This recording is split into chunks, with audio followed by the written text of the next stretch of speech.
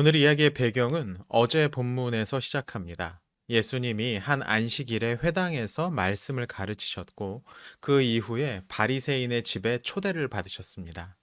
이 당시에는 여러 지역을 순회하면서 가르치는 랍비들이 있었는데 안식일에는 회당에서 설교를 하고 이후 그 지역 공동체 중 한 집에서 식사를 하는 게 일반적인 일이었습니다.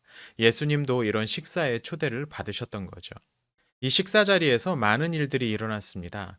수종병에 걸린 한 사람이 나와서 예수님에게 치료를 받았고, 예수님은 식사에 초대를 받았을 때 어떻게 해야 하는지에 관해서 그 자리에 있는 사람들과 이야기를 나누셨습니다.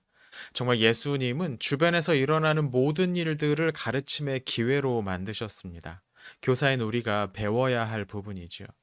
오늘 본문에서는 잔치를 주최하는 사람이 될 경우로 시선을 옮기셨습니다. 아마도 예수님을 그 자리에 초대한 바리새인들을 향하신 말씀이 아니었나 싶습니다. 본문의 핵심은 누구를 잔치에 초대할 것인가였습니다. 예수님은 한 비유를 말씀하시는데 이 비유의 주인공은 많은 사람들을 초청하는 큰 잔치를 베풀었습니다. 큰 잔치를 베풀 수 있을 정도로 그는 경제적으로 풍요로운 인물이었을 겁니다. 당연히 사회적인 위치도 있었겠죠.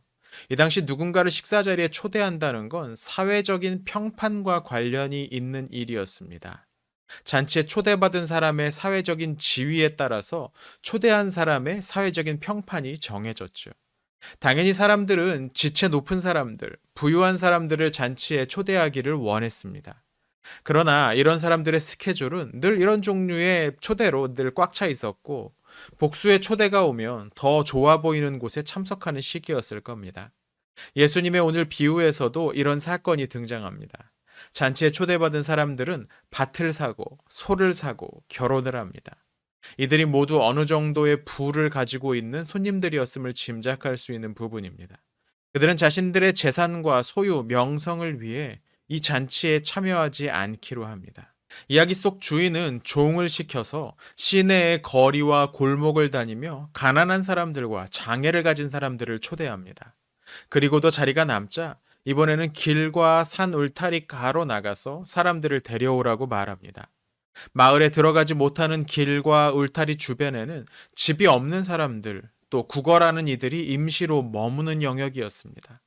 또 부정한 상태여서 마을에 들어올 수 없는 사람들도 있었을 겁니다. 주인은 그런 사람들을 데려다 잔치 자리를 채우라고 한 겁니다. 예수님이 이 비유를 말씀하셨을 때 아마 그 잔치 자리의 분위기는 싸해졌을 겁니다. 그건 무엇보다 그 자리에 있는 사람들의 행태를 정면으로 비판하시는 것처럼 들렸을 테니 말입니다. 예수님은 내가 하나를 주면 상대에게도 그와 비슷한 무엇인가를 받아야 한다는 주고받기 문화에 도전하셨던 겁니다. 사람을 만나고 사귀는 일에도 철저하게 계산적이었던 그들은 당장의 이익은 챙길 수 있었을지 모르나 하나님 나라에는 어울리는 사람이 아니었습니다. 사람을 만나고 대할 때 우리는 어떤 모습이었는지 돌아보았으면 합니다. 물론 우리의 삶이 늘 무엇인가를 베풀기만 할 수는 없을 겁니다. 우리가 가진 재원이 한정적이니까요. 그랬다간 얼마 가지 못하겠죠. 하지만 대가를 기대하지 않고 베푸는 경험이 우리를 성장시킵니다. 그건 하나님의 모습을 그대로 우리의 몸에 익히는 과정이기 때문입니다.